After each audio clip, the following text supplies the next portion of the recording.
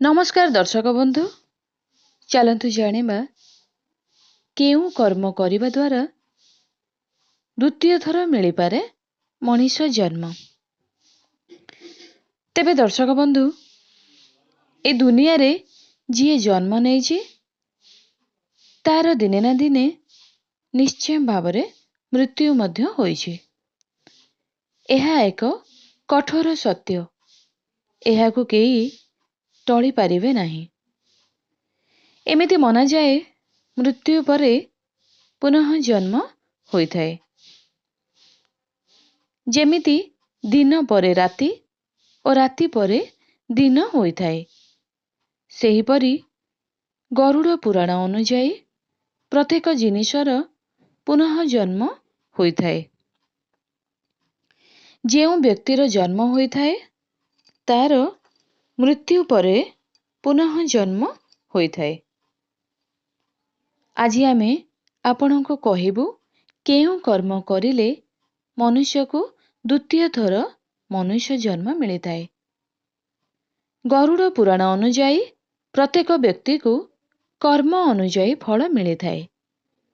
मनुष्य आगामी जोनिरे केउ जन्म नेब ताहा सह मध्य गरुड़ पुराण रे कहा जाइछे।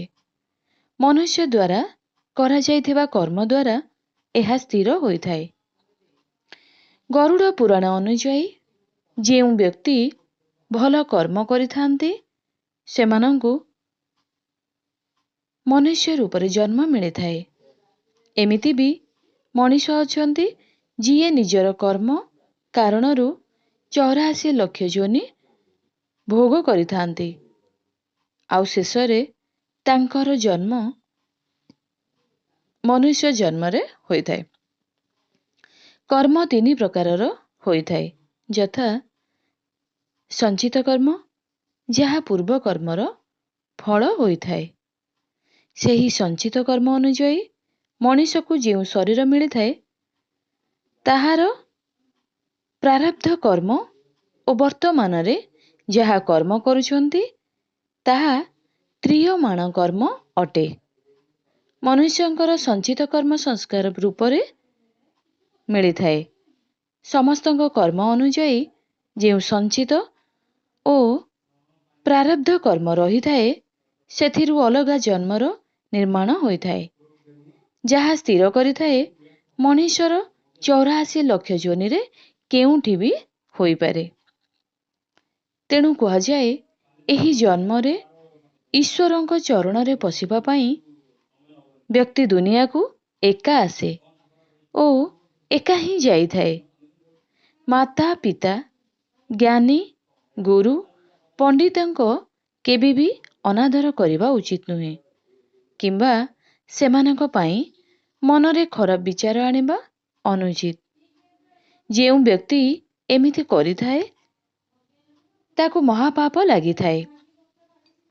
एभली व्यक्ति नरक भोग करिथांती। एमाने जेते दान पुण्य करिले भी सेही पाप जाए नाही। जेउ व्यक्ति दान पुण्य करिबा सह अन्यर हित चिंता करिथाए, पशुपक्षी ओ अन्य जीव उपरे दया करिथाए, से मनीष जन्म पाइथांती। गरुड़ पुराण अनुଯାयी जेउ मनीष मृत्युर शेष समय रे जेउ जिनिष भाबिथांती तांको सेही अनुଯାयी आगामी जन्म मिलिथाए। जेउ व्यक्ति अंतिम समय रे भगवान को स्मरण करी निजर प्राण त्याग करे से मोक्ष प्राप्त करिथाए।